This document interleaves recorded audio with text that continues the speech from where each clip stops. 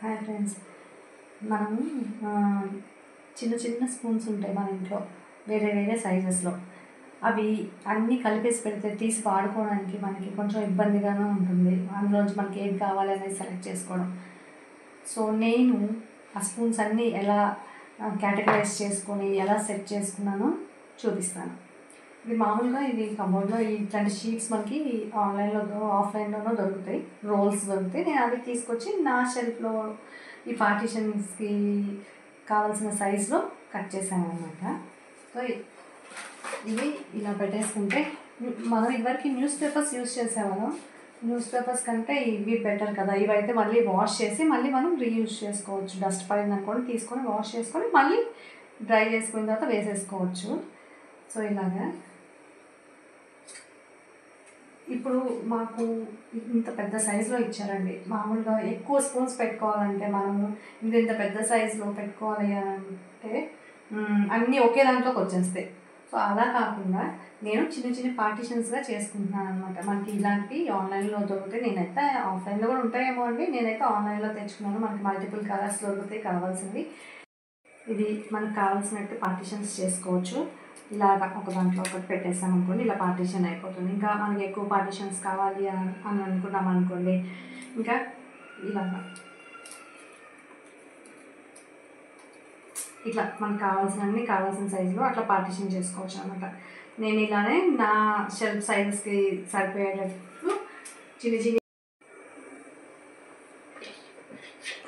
నేను ఇలా నాకు కావాల్సినట్టు పార్టీషన్స్ చేసుకున్నాను. నా స్పూన్స్ సైజ్కి తగ్గట్టు పెట్టుకున్నాను అనమాట. సో ఇలాగ ఒకే టైప్లో ఉండేవి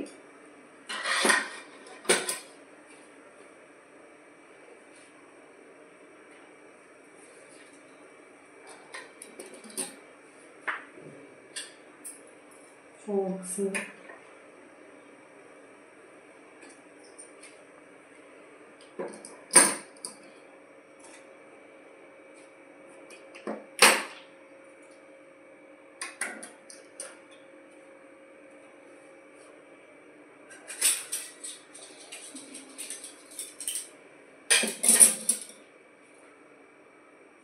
ఈ చాట్ నేను రోజు డైలీ యూస్ చేయాలండి. ఇది మామూలుగా ఏమైనా కంద లేకపోతే పనసకాయ ఇట్లాంటి పెద్దవి కట్ చేయాలన్నప్పుడు యూస్ చేస్తాను.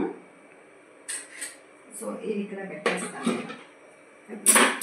సో ఇది మ్యాషర్ ఇలా పెట్టేసుకుంటాను అన్నమాట. నేను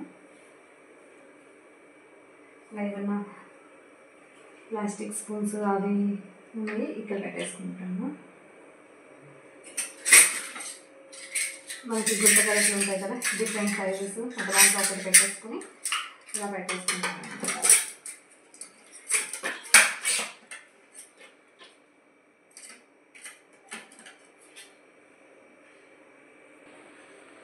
ఇక్కడేమో ప్లాస్టిక్ స్పూన్స్ పిల్లలు యూజ్ చేస్తుంటారు కదా, అలాంటివన్నీ ఇక్కడ పెట్టేసుకున్నాను.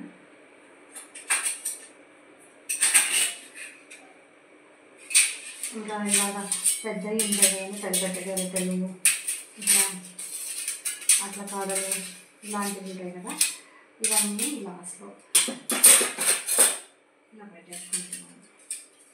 ఇలా పెద్ద బిగ్ సైజులో ఉండేది గరిటెలు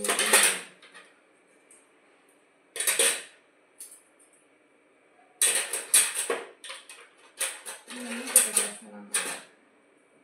ఇంకా టీవీ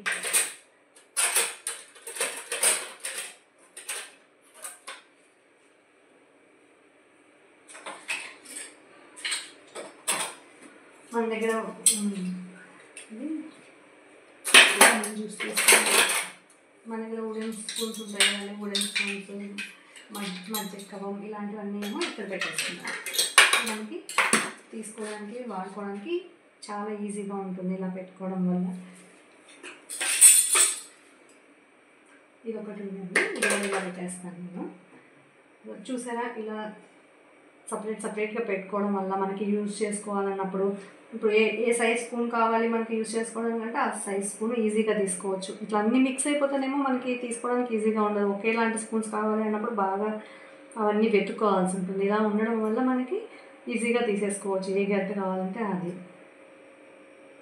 ఇదండి నేను ఇలా ఆర్గనైజ్ చేసుకుంటాను.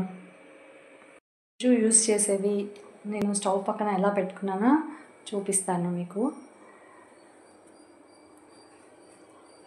ఇక్కడ చూడండి, స్టవ్ పక్కనే నేను ఇలా పెట్టుకున్నాను స్టాండ్ పెట్టేసి. అంటే ఇవి రోజు యూజ్ చేస్తూ ఉంటాం కదా, మనం కబోర్డ్లో పెట్టి ప్రతిసారి రోజుకి 3 times అన్నా 4 times అన్నా తీస్తూ ఉంటాం. ప్రతిసారి కబోర్డ్లో పెట్టి బయటకు తీసే బదులు ఇలా స్టవ్ పక్కనే ఈజీగా మనకి యాక్సెసిబిలిటీ ఉండేట్లు ఇలా పెట్టుకున్నాను అనమాట.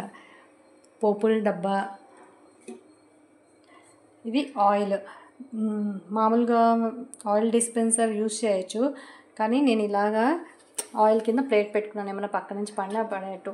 డిస్పెన్సర్ యూజ్ చేసామనుకోండి, మనం ఇప్పుడు హెల్త్ కాన్షియస్ వల్ల ఆయిల్స్ తక్కువ యూజ్ చేస్తున్నాం కదా, అది దాంతో అయితే మనకు తెలియదు. ఇలా అనుకోండి, స్పూన్తో వేస్తుంటే మనం ఎన్ని స్పూన్స్ యూజ్ చేస్తున్నాం ఆయిల్ అనేది మనకు బాగా తెలుస్తుంది. సో అందుకని నేనైతే ఇలాగా స్టీల్ టిన్నే యూజ్ చేస్తాను. అండ్ ఉప్పు, కారం మనం రోజు యూజ్ చేస్తాం కాబట్టి ఇవి కూడా నాకు ఈజీగా చేతికి అందుబాటులో ఉండేట్టు పెట్టుకున్నాను. అండ్ ఇంకా చిన్నది రోల్ ఒకటి, అండ్ మనకు కావాల్సిన చాక్, లైటర్, సిజర్, ఇక్కడ పీలర్ కూడా ఉందండి. పీలరు ఇలాంటివన్నీ నేను ఇలా పెట్టుకుని ఇందులో ఉంచుకున్నాను. మనకి ఎప్పుడు కావాలంటే అప్పుడు ఈజీగా తీసుకొని యూజ్ చేసుకునేదానికి వీలుగా ఉండేట్టు. నా అరేంజ్మెంట్ ఎలా ఉందంటారు? నచ్చిందా మీకు? మీకు నచ్చితే కామెంట్ చేయండి.